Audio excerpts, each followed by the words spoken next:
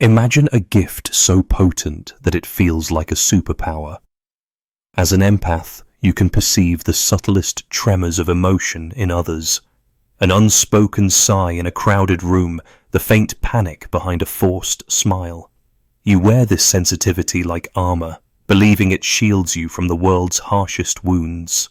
But what if I told you that this very armor is cracking, and behind it lies a yawning void that devours your strength? You've learned to navigate every emotional landscape around you. You pride yourself on your compassion, on the way you can soothe sorrow with a single touch, calm storms with a whisper. Yet every act of kindness chips away at something deeper, the reservoir of your own being. While others view you as a healer, your gift may be poisoning your soul. Notice how after comforting a friend through heartbreak, you retreat into silence, as if your own feelings have been evacuated. That quiet isn't rest, it's the echo of emptiness. Beneath the shining facade of empathy, your unconscious mind is hoarding shadows, and those shadows grow darker with each selfless act. This is the dark paradox at the heart of your empathic power. The more you give, the more you risk vanishing into a ghost of your former self. You think you're soaring on wings of compassion, but you're actually spiraling into a bottomless chasm.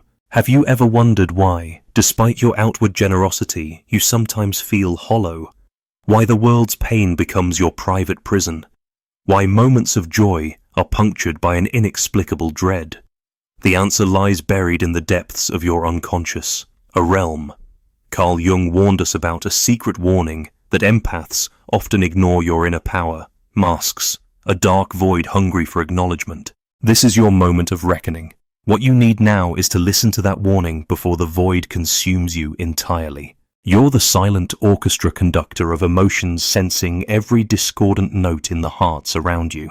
Yet this gift of hyper-attunement carries its own dissonance. You, the empath, inhale the world's sorrows like oxygen, weaving them into your own flesh, until you can hardly distinguish where your feelings end and another's begin. It feels like walking on a tightrope stretched over a bottomless canyon. One false step, and you plummet into your own raw vulnerability. Here's the haunting paradox. The deeper you dive into others' emotions, the more your personal well springs dry. You're celebrated for your compassion, lauded as the sacred vessel that carries the pain of others. But while you appear to float above turmoil inside, you're dragging the weight of invisible anchors. Each heartbeat echoes with borrowed grief. Each breath is laced with someone else's despair. You tell yourself, I can handle this. My empathic power will protect me. And yet every rescue drains you further. Your senses are overloaded, the anger in the boardroom meeting the loneliness behind your partner's forced smile, the grief simmering in your friend's unanswered phone calls. Like an emotional vacuum, you absorb it all, hoping to transmute sorrow into solace. But with every ounce you take in, the void within you yawns wider. Have you ever wondered why your own compassion sometimes feels like a trap? That is the great question demanding your honesty. Why, after nights spent soothing others, do you sleep with restless eyes? Why, despite your nurturing presence, do you wake to an emptiness so profound it threatens to swallow you whole? You believe empathy is your compass guiding you toward healing and connection. Yet unacknowledged, your sensitivity becomes a hall, lock-filleted of mirrors reflecting every pain back on you multiplied. Your unconscious mind collects these shards of suffering, stitching them into a hidden tapestry of shadows. Each thread represents an emotion that you've rescued, but in rescuing you've never reclaimed your own heart. Picture yourself standing at the edge of a forest at dusk, knowing every leaf and twig by name. You listen to the wind's lament, the trees' whispered secrets. But as dusk deepens into night, the path back to your own home vanishes beneath a carpet of darkness you no longer recognize. This is the empath's plight, lost in the wilderness of feelings, unable to locate the trail that leads back to self. Meanwhile, the world applauds your sensitivity, demands more of it. Be there for me, they plead. Comfort me, they insist. And you oblige time and again until you're nothing but a husk.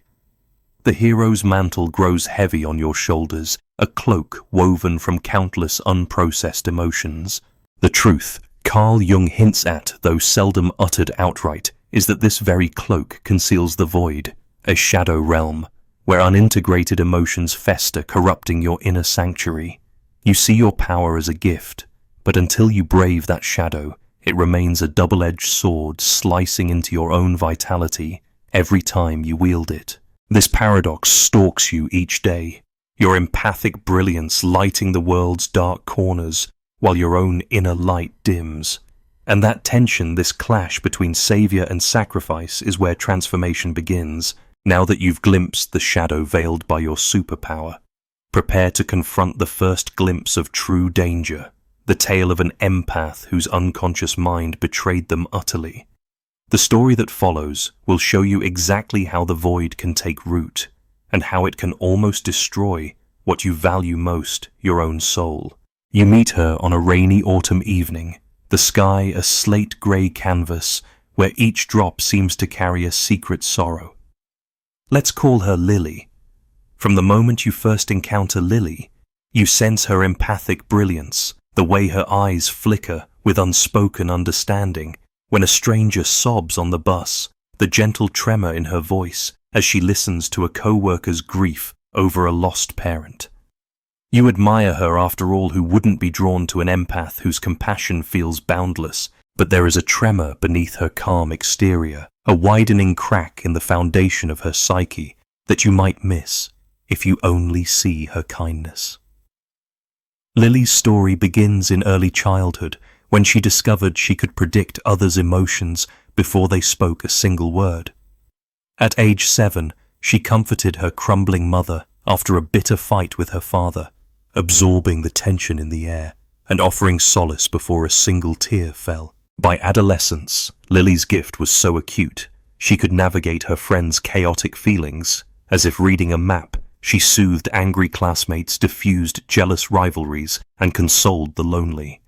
Each act of empathy seemed to confirm her purpose to be the vessel through which the world poured out its pain. Yet beneath these heroic gestures, her unconscious mind was storing fragments of every anguish she encountered.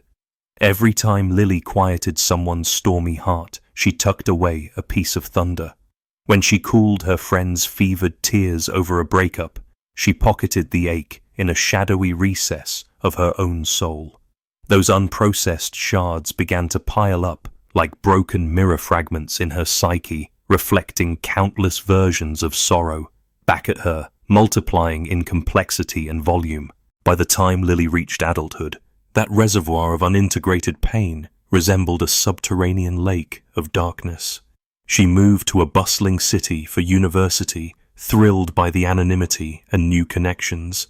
Yet the city's emotional cacophony hit her like tidal waves.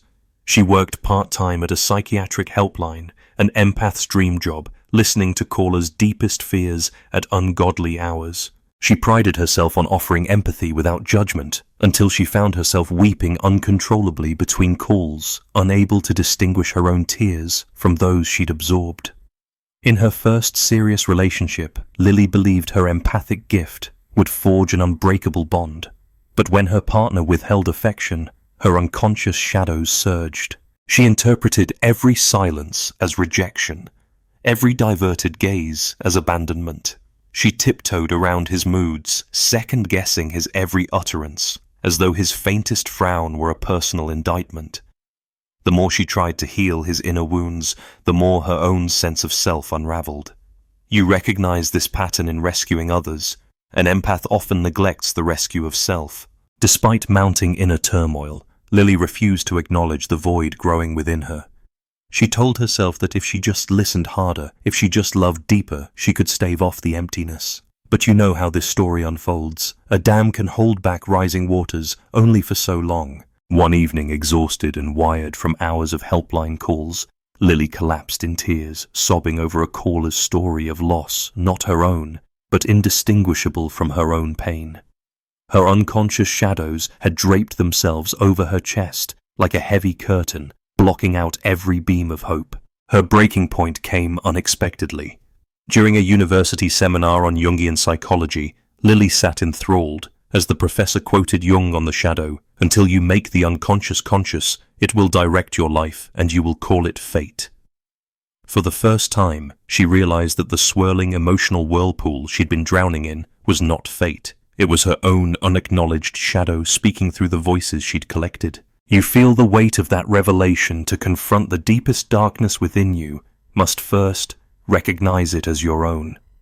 Lily's journey into shadow work was neither swift nor painless. She began keeping a journal to differentiate her feelings from those she absorbed. She tracked the emotional residue after conversations and held moments of silence to let the collected sorrow settle before addressing her own needs. Therapy became her lifeline with clinical guidance. She learned to set empathic boundaries, to listen without inhaling every emotion, to offer compassion without sacrificing her center. Over months, you witnessed Lily reclaim fragments of herself that she thought lost forever. She relearns how to feel joy unfiltered, how to laugh without guilt, how to love without losing herself. Her sleepless nights give way to restful slumber, and the cavernous void within her heart slowly contracts, filled by her own voice rather than the echoes of others. She emerges from the darkness, not as someone healed by rescuing others, but as someone healed through honoring her own inner landscape. Lily's story illustrates a critical truth for every empath: your unconscious mind can betray you if left unchecked. You may wear empathy like a cloak, but within its folds lurk shadows that, if ignored, will tighten around you until you're nothing but a silhouette of your own light. Yet her journey also offers hope. When you dare to confront those shadows, when you turn your sensitivity inward as well as outward, you transform your empathic gift from a burden into a bridge, one that connects not just you to others, but you to yourself. You stand at the crossroads of ancient insight and modern science, trying to understand the dual essence of your empathic power. Carl Jung himself warned that the unconscious is the dark side of the psyche, and that one does not become enlightened by imagining figures of light, but by making the darkness conscious. As an empath, your unconscious is a vast subterranean river carrying both the debris of repressed sorrow and the fertile silt of emotional wisdom. Unless you map its currents, you risk being swept away by its hidden undercurrents. From a psychological perspective, empathy engages mirror neurons, specialized brain cells that fire when you observe someone else's emotion as if you were experiencing it yourself. In experiments, researchers have shown that these neurons activate in both observers and actors, creating measurable physiological responses like increased heart rate and skin conductance. This biological echo makes you exquisitely attuned to the emotional states around you, but also blurs the boundary between self and other. When you soothe a friend's anxiety, your own autonomic nervous system may enter a state of sympathetic arousal, as though you're living their panic. Over time, repeatedly tapping into this empathic resonance without adequate self-regulation can lead to chronic stress, emotional exhaustion, and even immune dysfunction. Viktor Frankl, in Man's Search for Meaning, argued that when we are no longer able to change a situation, we are challenged to change ourselves. For the empath, that means transforming raw sensitivity into conscious choice. Without this transformation, the social dimension of your gift becomes a double bind. You're praised for your compassion, yet you're punished by the unrelenting emotional labor it demands. In social contexts, from family dinners to corporate boardrooms, your empathic attunement becomes a silent negotiation with unseen emotional currents. You learn to predict colleagues' frustrations, anticipate friends' disappointments, and even foresee strangers' outbursts. This forecasting ability can boost your social capital, but at the cost of carrying emotional liabilities that belong to others. Nietzsche, the philosopher of extremes, once proclaimed, "He who fights with monsters should look to it that he himself does not become a monster." And if you gaze long into an abyss, the abyss also gazes into you. Here Nietzsche isn't speaking about physical beasts, but the emotional shadows you confront as an empath. Each act of compassion becomes a battle with unseen monsters within the psyche: anger, grief, shame that you've absorbed but not owned. As you reach out to soothe the world, you risk gazing too long into these abyssal shadows, letting them gaze back until your own soul feels devoured. Contemporary research on emotional contagion underscores this risk. Studies published in Frontiers in Psychology reveal that people high in trait empathy exhibit stronger contagion effects, meaning they not only perceive others' emotions, but actually catch them. These contagion effects can be beneficial when they foster cooperative behavior, but detrimental when they amplify negative emotions within groups, creating a feedback loop of distress that disproportionately impacts empaths. You've felt it, the room grows heavy with tension, and your chest tightens as though you're inhaling the group's collective anxiety. Social psychologists also highlight the role of empathic distress fatigue. Unlike compassion fatigue, experienced by caregivers who suffer through the emotional toll of caring for others, empathic distress fatigue arises when you continuously absorb unfiltered emotions without psychological boundaries. You've likely experienced this in moments when you suddenly can't distinguish between your friend's heartbreak and your own. Your unconscious mind, lacking direction, processes these borrowed emotions as if they were personal trauma.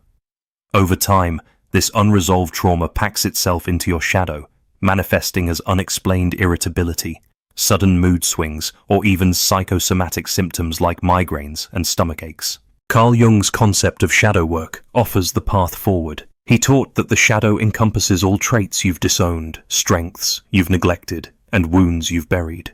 For an empath, this shadow is a repository of every sorrow you've collected without integrating. To step into wholeness, you must own these shadows, name them, feel them, and give them a place within your conscious narrative. Journaling, active imagination, and guided visualization become your tools. For instance, you might write a dialogue between your conscious self and the embodiment of grief you absorbed last month, allowing that part to speak its unvoiced truths. Biologically, shadow work can regulate the stress response. Mindfulness practices, breathwork, body scans, and meditation activate the parasympathetic nervous system, counterbalancing the mirror neuron-driven arousal that fuels empathic overload.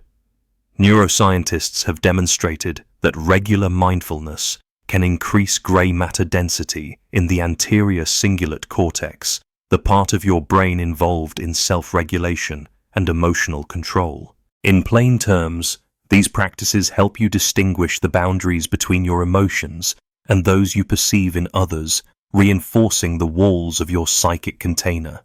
Socially, setting empathic boundaries transforms your interactions. You learn to shift from indiscriminate emotional absorption to selective attunement. Instead of internalizing every sorrow in the meeting room, you consciously decide which emotions to engage with and which to observe from a distance. You might visualize a porous membrane, something like a filter between you and the emotional field.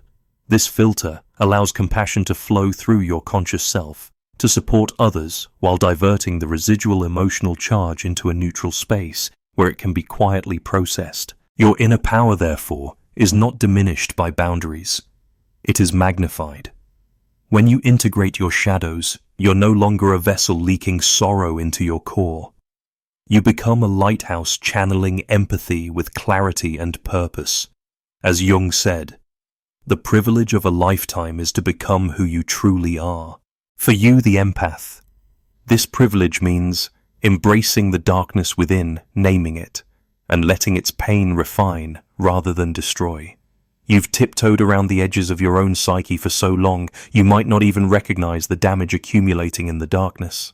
As an empath, you've internalized so many of the world's sorrows that your spirit has begun to fracture. Imagine each unacknowledged emotion as a silent leak in your life raft, unseen, until the water reaches your knees and then your waist before you realize you're sinking. 1. First, consider the toll on your physical health. In a 2023 study of high empathy professionals, therapists, social workers, and nurses, over 68% reported chronic fatigue, migraines, and digestive issues linked directly to empathic distress fatigue. You've likely felt that inexplicable tightness in your chest after a single emotionally charged conversation, The tremor in your hands as you try to type an email, or the ache in your temples when you close your eyes at night. These aren't random ailments. They're visceral echoes of unprocessed sorrow lodged in your body's nervous system. Then there's the cognitive cost. You've experienced the fog that descends after hours of emotional immersion. Decisions become a labyrinth. Tasks that once felt simple now require Herculean effort, and even your most cherished creative passions dim as if starved of light. A friend of mine, also an empath, recounted how she used to paint vibrant landscapes, but now sits before a blank canvas, paralyzed by the weight of borrowed despair. She told me I've lost touch with my own colors. Her story isn't isolated. Millions of empaths quietly abandon their dreams, their inner void suppressing the spark of inspiration. Socially, the consequences are even more insidious. You've noticed yourself withdrawing from gatherings you once loved. Parties feel like storms battering your senses. Even a simple coffee date becomes a gauntlet of emotional debris you must sift through. You tell yourself you need solitude to recharge, but the truth is your unconscious shadow festers when left alone. Without adequate integration, your empathic gift turns into social anesthesia, a defense mechanism that numbs you to avoid another emotional onslaught. Financially unaddressed empath shadows can cost you dearly. I spoke with an empath entrepreneur who watched her business crumble because she couldn't navigate the pressures of negotiation. She absorbed every doubt and fear from her clients and investors, leaving her too insecure to assert her own value. Profits dwindled, partnerships dissolved, and she ended up closing shop haunted by the echo of her own silence. Your inner void can sabotage your career aspirations, turning opportunities into obstacles when you lack the emotional bandwidth to advocate for yourself. Emotionally, the deepest cost is the erosion of your selfhood. You wake up one morning and realize you can't recall your own dreams, literal and metaphorical. You've mapped everyone else's inner landscape so thoroughly that you've forgotten the contours of your own. Love becomes a transaction. You can't negotiate. You give but receive nothing in return. Your compass spun by currents that aren't even yours. I've heard confessions from empaths who feel they're living on borrowed time, living other people's lives because they've never carved out space for their own. And yet, the gravest unseen consequence is spiritual depletion. You once believed your gift connected you to something greater, a tapestry of collective consciousness. Now you feel severed, as if your tether to the divine has frayed. When the shadows accumulate, they form a barrier between you and the source of your power. Your empathic ability, which once felt like an antenna to the universe's symphony, now hums with static, distorted, chaotic, meaningless. Right now, your unconscious mind is draining your inner power with every second you remain unaware. This isn't hyperbole. It's a call to arms. You must acknowledge these consequences, not to punish yourself, but to liberate yourself. Only by naming the leaks in your life raft can you repair them. Only by shining a light on the hidden chasms in your psyche can you build bridges over them. The unspoken cost of ignoring your empath shadows is nothing less than the slow dissolution of your essence. Yet in this bleak landscape lies an opportunity. By recognizing the void, you can summon the courage to heal it. In the next section, you'll discover how to transform silence, your empath's alarm bell, into a bridge that leads you back to yourself. Silence can be your alarm bell, a hush that reverberates through your empathic core, signaling it's time to tend to hidden wounds. Imagine standing in a cathedral after the choir's final note, the air thick with echoing stillness. In that void you hear the faint, insistent rhythm of your own heartbeat, reminding you that beneath all the adopted sorrows lies your true voice. 2. First, practice the emotional inventory at sunset. Choose 3 moments from your day when you felt someone else's emotion intensely. Write down what you perceived, then pause to ask, whose feeling is this, mine or borrowed? For example, after a tense meeting, note the knot in your stomach, then visualize untangling it, releasing the tension back to its source. Over time, this ritual helps you distinguish your emotions from the collective emotional field. Second, cultivate boundary visualization each morning. Picture yourself draped in a translucent golden membrane that lets compassion flow outward but deflects emotional debris. When your friend unloads her heartbreak, feel the warmth of empathy crossing the membrane, while the jagged shards of her grief slide harmlessly off. My colleague, an empathic counselor, credits this practice with preserving her well-being through years of crisis intervention. Third, engage in selective listening in conversations. Before settling into empathy mode, silently scan the emotional weather of the room and choose one person whose pain you can offer support to, and then release it. Just as a lifeguard focuses on one swimmer in distress, rather than diving into every wave, you conserve energy and maximize impact. In your love life, this means attending fully to your partner's needs during a serious talk, then intentionally shedding that emotional residue in a grounding exercise, such as a short walk or breath work, before transitioning back to your own day. 3. Fourth, build compassion. Rites into your weekly routine.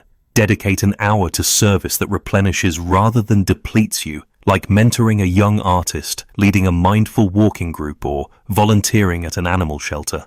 These activities channel your empathic gift into environments where collective joy and growth overshadow despair. My friend, an empathic teacher, swapped crisis hotlines for community art classes and found her resilience restored by creating beauty instead of shouldering sorrow.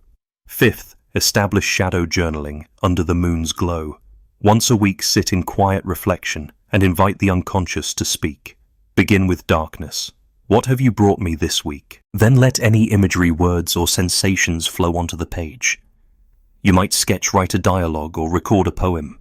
This sacred act transforms the silent chasm within into a structured narrative you can integrate, closing the gap between your empathic conscience and the hidden void. These 5 practices aren't isolated exercises, they form a cohesive path.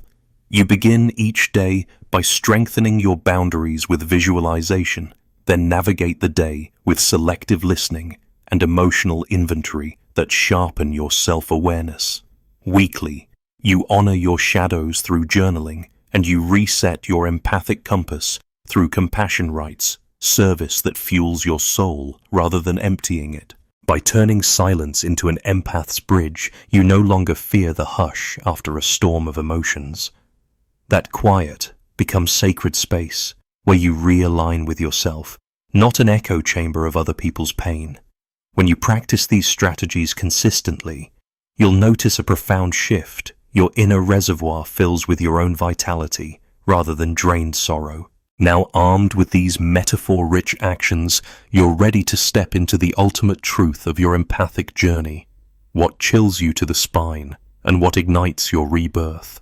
You've walked the perilous path of compassion, looked into the abyss of unprocessed sorrow, and learned to turn silence into your guide. The ultimate truth is this: your empathic gift is not a bottomless pit, but a wellspring of authentic connection, if you refuse to let the hidden void dictate your life.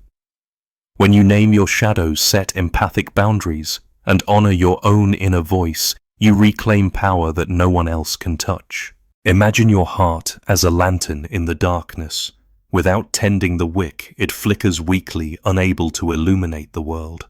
But when you feed it with self-awareness, self-care, and conscious choice, it burns brightly, guiding you and others safely through life's storms. You are not merely a vessel for others' pain, you are its steward, capable of holding sorrow without being consumed. This is the chilling gift Jung bestowed upon empaths. In embracing your darkness, you ignite your true light. Now it's your turn. Share below how you experience the whisper of your own shadows and what practice you'll adopt first to turn silence into your bridge. If you found this journey through the empath's hidden warning, illuminating, subscribe and ring the bell so you never miss a step on your path to wholeness. Share this video with fellow empaths who deserve to transform their sensitivity into strength.